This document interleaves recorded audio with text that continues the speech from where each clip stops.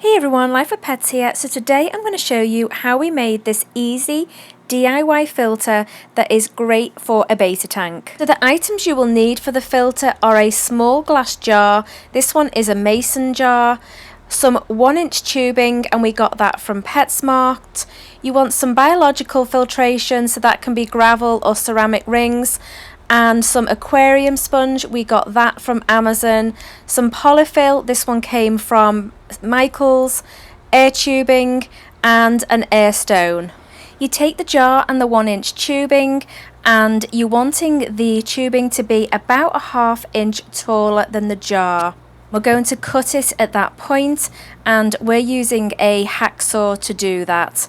Once you've done that, you then need to smooth the cut edge, and you can do this with either a knife, sandpaper, or a file.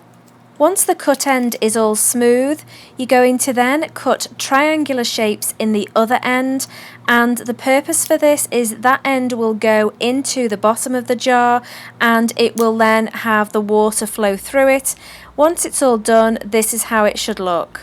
Now that's done, you're going to put the cut end into the jar, and then you're going to start adding the biological filtration. So that can be your gravel, your ceramic rings. We're actually using a Filter Plus Bio. So next we're going to add the polyfill, and you're just going to put that again all the way around the outside. What you do need to watch is that you leave enough room for the sponge that still has to go in on the top. So this is how it should look at this point.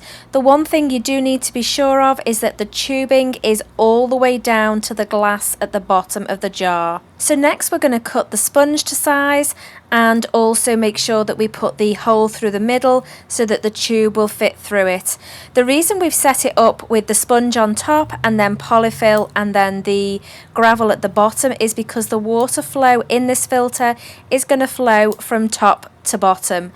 And so you're wanting the larger dirt particles to be caught in the top sponge, the finer particles will be caught in the polyfill, which means the water will be nice and clean by the time it hits the gravel at the bottom, and that then in turn means that the bacteria can grow really well on it because it won't be all clogged up with the dirt. Okay, so at this point the filter is almost done.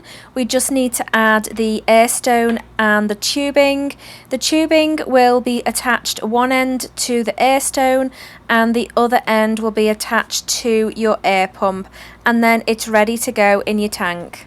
I really like this filter for several reasons. I like the fact that it has the biological filtration with the gravel or whatever biomedia you choose to put in the bottom. This will be very healthy for the tank, for the beneficial bacteria.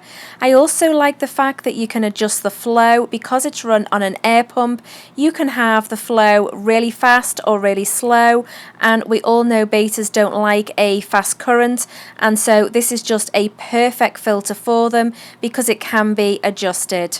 This filter is also very cost effective because several of them will run on one pump. So if you have 2 or 3 betta tanks, then you can make these filters up and put one in each tank, and the pump will run all of them.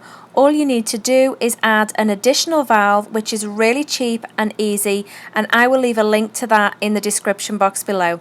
Okay guys, thanks for watching. I hope this video was helpful, and I'll see you next time.